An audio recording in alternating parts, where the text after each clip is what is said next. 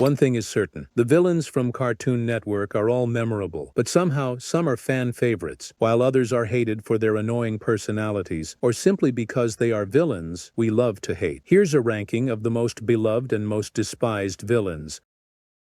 Starting with Vilgax, who is undoubtedly one of the most iconic villains in cartoon history and the arch-nemesis of Ben Tennyson. He embodies the intergalactic threat, an unrelenting conqueror who, unlike many villains who become caricatures, has maintained his aura of danger and power over the years. Fans love him not because he's a good character, but because he's an excellent and formidable villain. His motivation is simple and pure, to obtain the Omnitrix and conquer the universe, and he pursues this goal with a brutal determination that commands respect. Vilgax is not an enemy that is easily defeated. He is Ben's first and most persistent challenge, so much so that his presence has remained constant across every series in the franchise, and whenever he appears, it means the stakes are at their highest. He set the standard for all the villains that came after him, which is why fans' nostalgia and affection for him are so strong. A great example of this is the episode where, even while recovering, Vilgax sends drones to Earth, showcasing his relentless determination.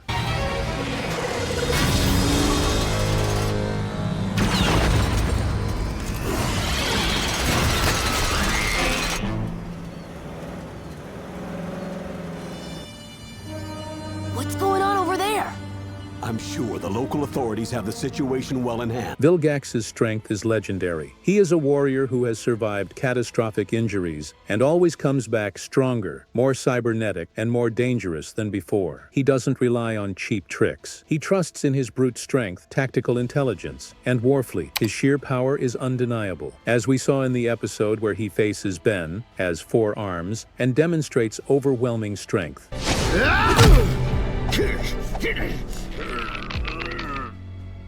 Put me down! Precisely my intention. What truly solidifies his status as a fan favorite is his ability to dominate. At his best, he doesn't just fight Ben, he humiliates him, showing the power gap between a boy with a watch and a warlord who has conquered 10 worlds. His most epic defeat, which required Ben to transform into his giant form, occurred in the movie, cementing him as the ultimate antagonist. That's it! You are so out of here!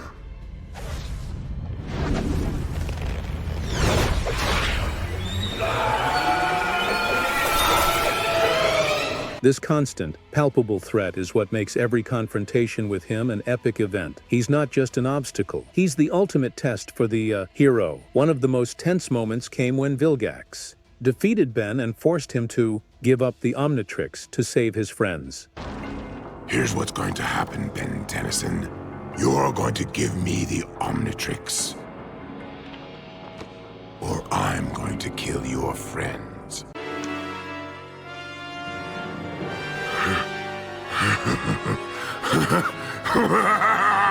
Even when the Omnitrix evolved and Ben became more powerful, Vilgax adapted, proving that his ambition and cruelty have no limits. He is the definition of a villain who refuses to be forgotten. His ability to form alliances and escalate the threat is seen when he teams up with Kevin 11 to attack Ben. What do you know of the Omnitrix?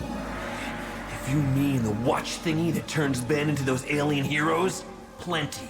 Now back off! You may be of some use to me after all.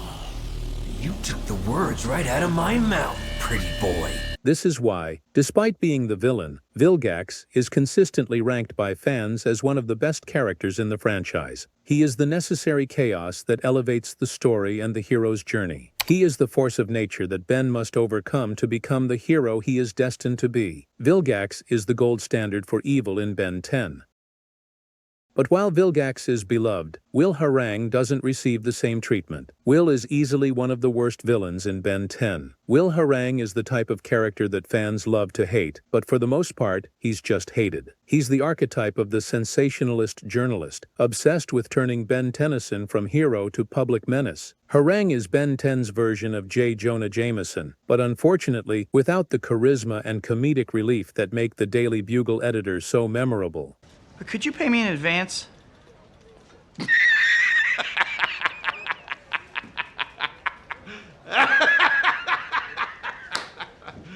He's just a constant nuisance, an irritating obstacle that Ben has to ignore. Fans' hatred for Harang is multifaceted. First, he is the embodiment of hypocrisy. He uses his platform to spread fear and misinformation, manipulating public opinion against Ben, even though the hero has repeatedly saved the planet. His motivation is pathological, born from an embarrassment that Ben caused him years before. Big fan of yours, by the way. Clearly the showboating vigilante who has blatantly interfered with the work of real heroes like Captain Nemesis should not be allowed to roam our streets freely. Wouldn't you agree, Captain?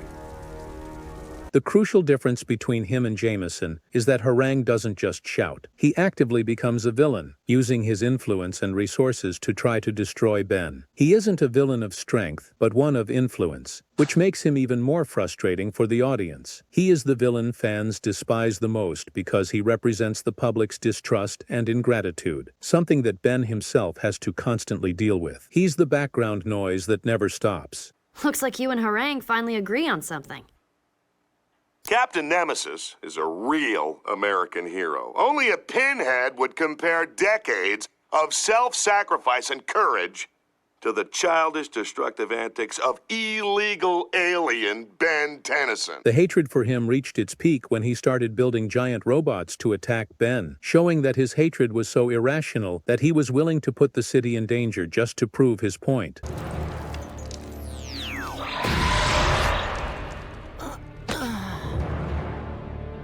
Beat you. You can't escape, Tennyson. You can't escape justice. The worst part is that he never learns. There is no character development. He's the same shouting, conspiring journalist, making him repetitive and, frankly, boring. He's a constant reminder that even after saving the universe, Ben still has to deal with human pettiness. Harang is the villain fans would love to see permanently off-screen, not because he's a powerful threat, but because he's a well of negativity and a poorly done copy of a much better character. He's the hated character with no redemption, which is why he fits perfectly in the most despised category. The Ice King is a character who, at first glance, seems like just a silly and annoying villain obsessed with kidnapping princesses. However, he is one of the most beloved and complex characters in Adventure Time, and the reason is the human tragedy behind his crown. He's proof that even in the most absurd cartoons, emotional depth can turn an antagonist into a fan favorite. The Ice King's popularity doesn't come from his actions as a villain, but from the revelation of his origin story. He's not evil by nature. He's a victim of his own magical crown, which transformed him from Simon Petrikov, a kind and loving archaeologist, into a blue lunatic. After purchasing this crown from an old dock worker in northern Scandinavia, I brought it home and excitedly showed my fiancée Betty. I jokingly put it on my head just for a laugh or something, and that's when it started. The visions. I fought with them, shouted at them until I realized it wasn't real, it was the crown. I quickly took it off. Since then, I now see the visions always, whether or not I wear the crown. They tell me the secrets of the ice and snow, that the power of the crown will save me with its frost. I don't yet know what this means. As you can see, my skin is beginning to turn blue. My body temperature has been lowering at a supernatural rate to what is now about 30 degrees Celsius. I don't know when it will end. I'm really scared. This revelation completely changes the audience's perception. What was once just a silly villain becomes a tragic character, and his acts of villainy are seen as the result of a mental illness caused by the crown. Just watch over me until I can find my way out of this labyrinth in my brain and regain my sanity. And then maybe Betty, my princess, maybe you will love me again. Please love me again, Betty! He embodies the show's absurd humor, with his strange songs and clumsy attempts at making friends. But what really makes him beloved is his connection with Marceline.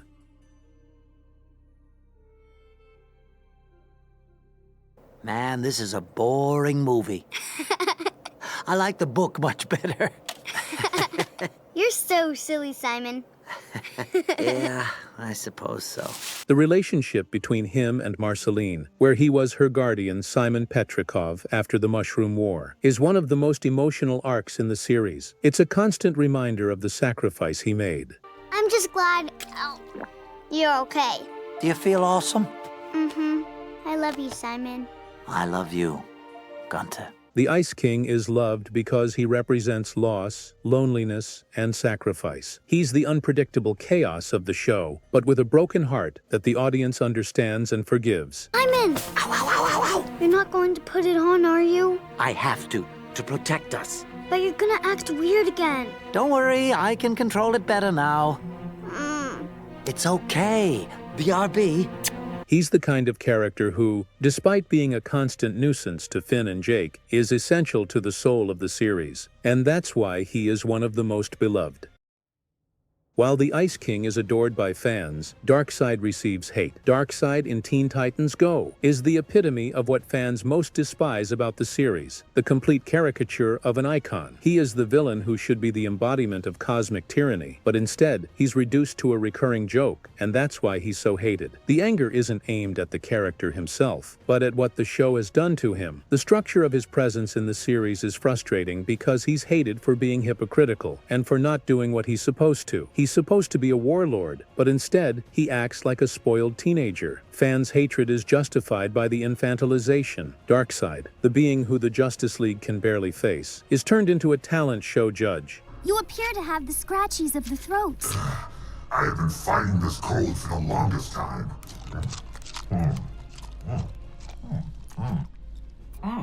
Oh, wow, thank you.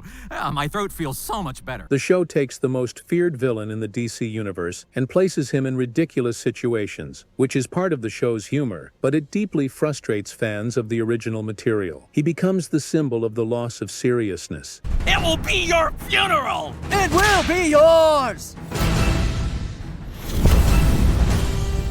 Oh boy, this is intense. Maybe this kind of space adventure isn't so boring after all. He is hated because, instead of being a threat, he's a pathetic obstacle. The series uses him to mock the very mythology of DC, and Darkseid becomes the primary target of that mockery. It's the Titans, Lord Darkseid. Nah, it can't be them. I'm pretty sure it's them. Well, the resemblance is undeniable, but that kind of musical skill can only be achieved by an uninteresting lifetime of practice. Keep searching. The hypocrisy of Darkseid is that he still calls himself the Lord of Apocalypse, but his actions are those of a kindergarten bully. He still has power, but he uses it for petty, childish purposes.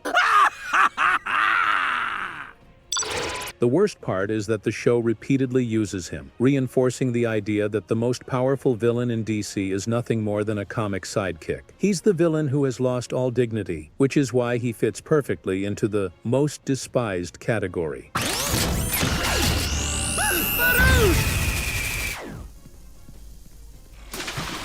Bullseye! Darkseid is the villain fans would love to see permanently off-screen, not because he's a powerful threat, but because he's a mockery of the original material. He's the hated character with no redemption, and that's why he fits so perfectly in the most despised category.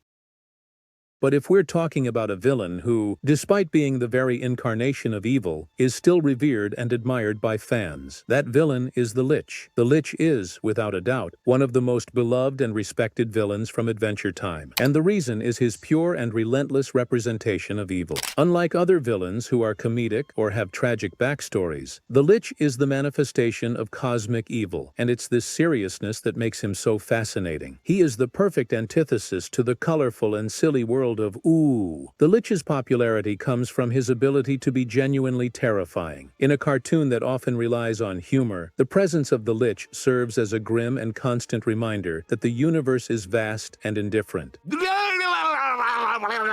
And starting a new song.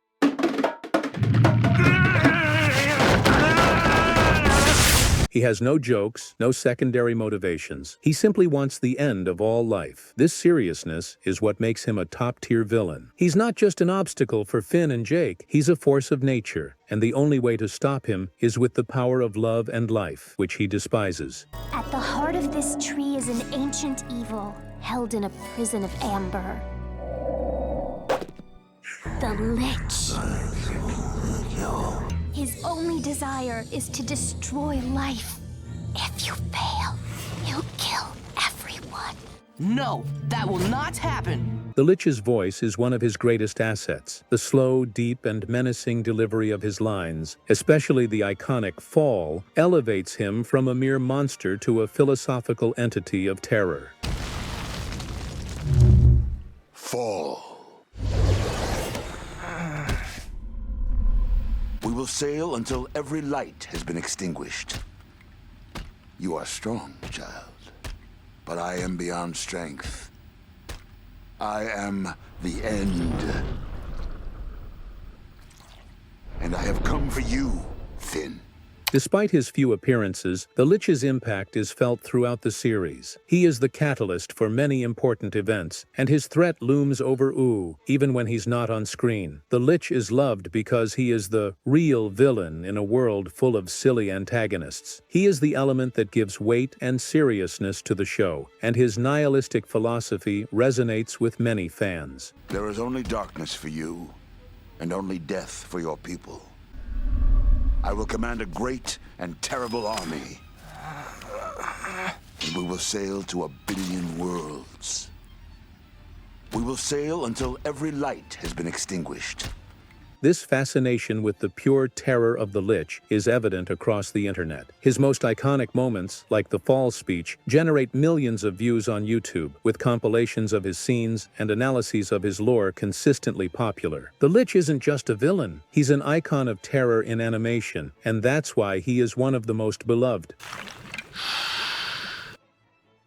But if the Lich is loved for being the incarnation of evil taken seriously, the next villain hated by fans is proof that repetition and lack of evolution can ruin even a character with potential. Dr. Anemo, or Dr. Aloysius Anemo, is a character who started with a great premise but became a disappointing, underused plot device. He was introduced as a brilliant scientist obsessed with winning the Nobel Prize he thought he deserved, and his invention, the Transformulator, was a legitimate threat. In his first appearance, Washington, AC, he was a high-level villain, capable of resurrecting dinosaurs and creating terrifying mutants.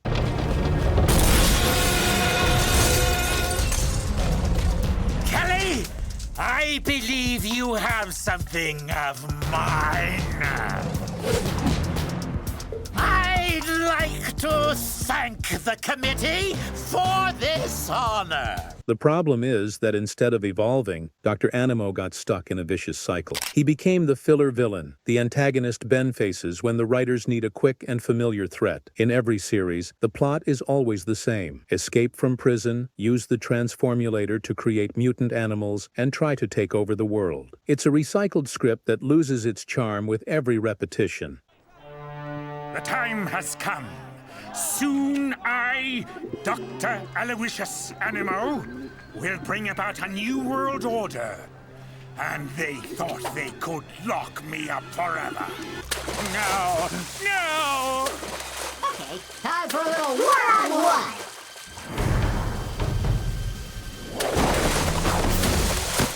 Make that one a none.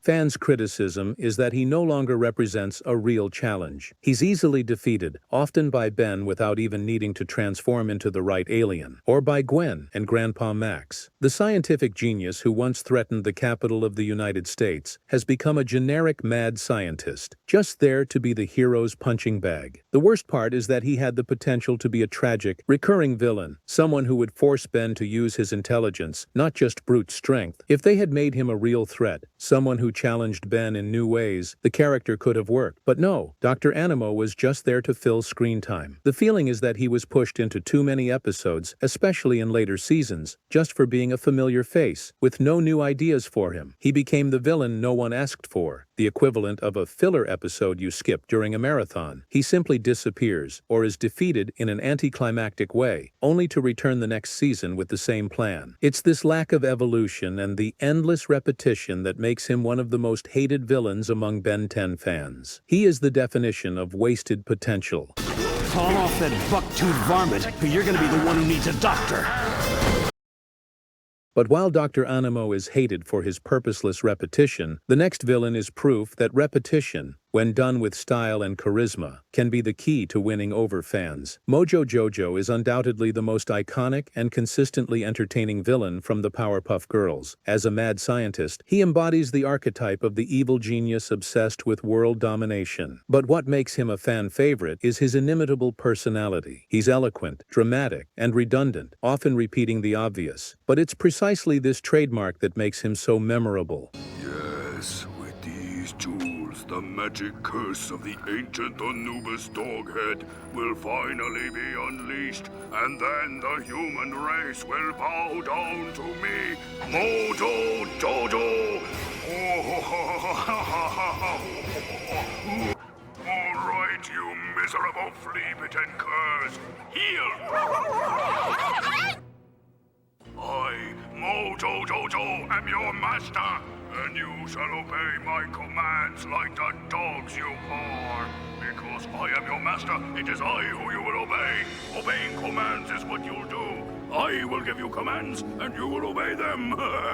Mojo Jojo is loved for his distinctive delivery. He never tries to be funny. He simply speaks in an overly descriptive and formal manner, and the absurdity of it is what makes us laugh. His consistency in speech, which is almost a parody of itself, makes him a treasure trove of memorable catchphrases. The rivalry with the Powerpuff Girls is one of the best elements of the show, with Mojo Jojo constantly making it clear that he is the only one worthy of the title of evil genius. To be fair, he's not entirely wrong. His intelligence is undeniable, and he's the only villain with a direct, tragic connection to the origin of the girls.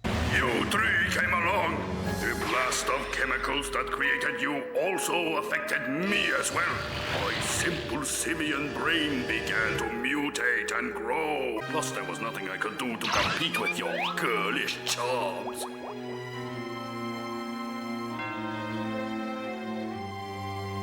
I was left with only one choice: to dedicate my life to crushing you and the world that loves you.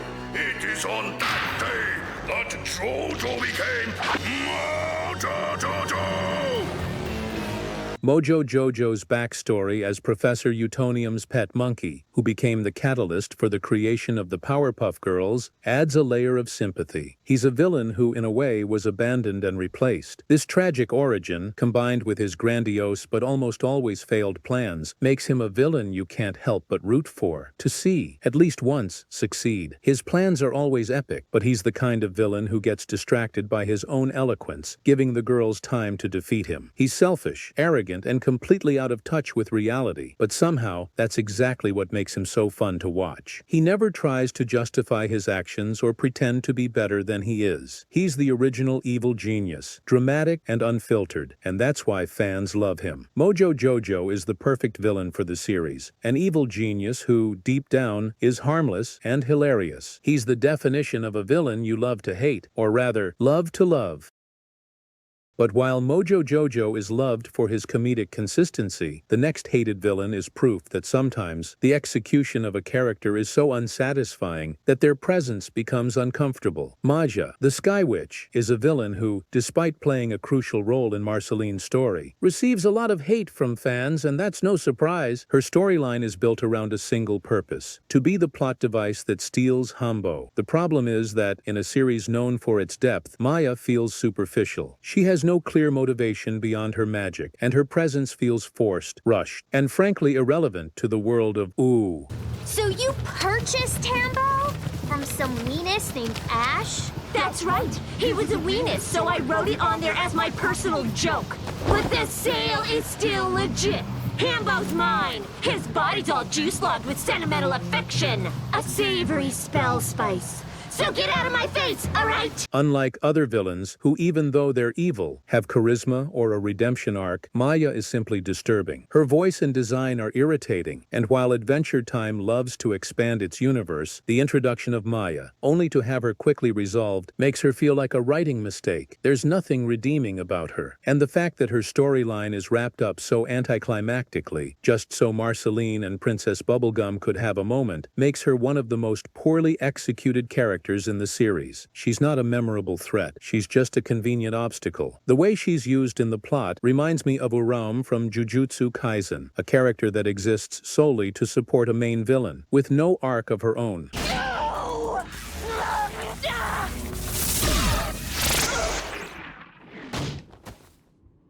She's hated for being a character who didn't deserve the screen time she got, and her lack of charisma and depth makes her a low point in the narrative.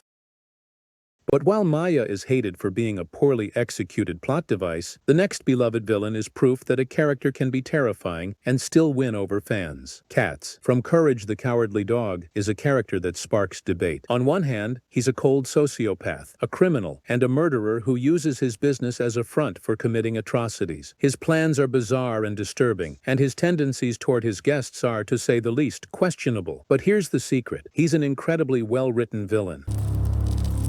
My loves, dinner has arrived.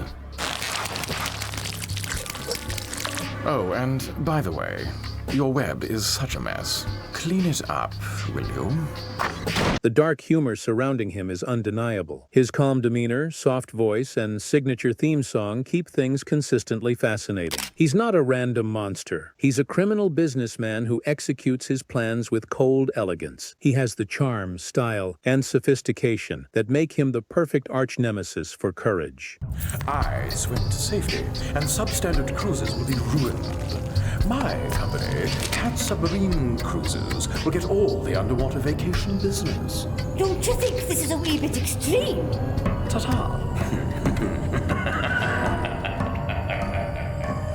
The rivalry between the two is a cat-and-mouse game where Katz is always the calm predator, and Courage is the terrified prey. This dynamic is what gives Katz real depth. He's not just evil, he's evil with etiquette and a well-tailored suit. His calculated malevolence, combined with his elegance, makes him one of the most unforgettable villains in Cartoon Network history. In 2 minutes and 8 seconds, this sub will hit bottom, and then... boom! Boom!